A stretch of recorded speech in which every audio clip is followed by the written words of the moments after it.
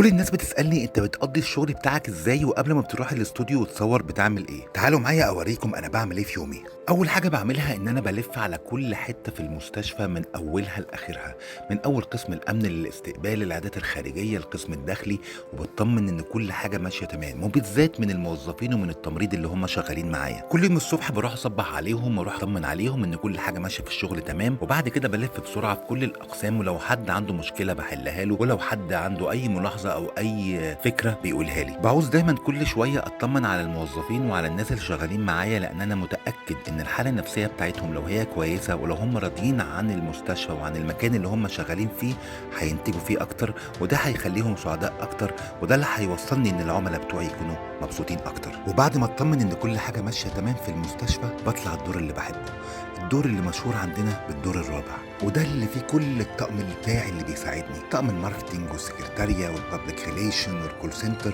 وكمان في الاستوديو اللي انا بصور فيه مع ضيوفي، بالذات مع الدكاترة. وبعد كده بروح الاستوديو بتاعي اللي انا عامله لنفسي، وده اول استوديو ابتديت فيه بودكاست وتصوير. بس كده، هو ده يومي.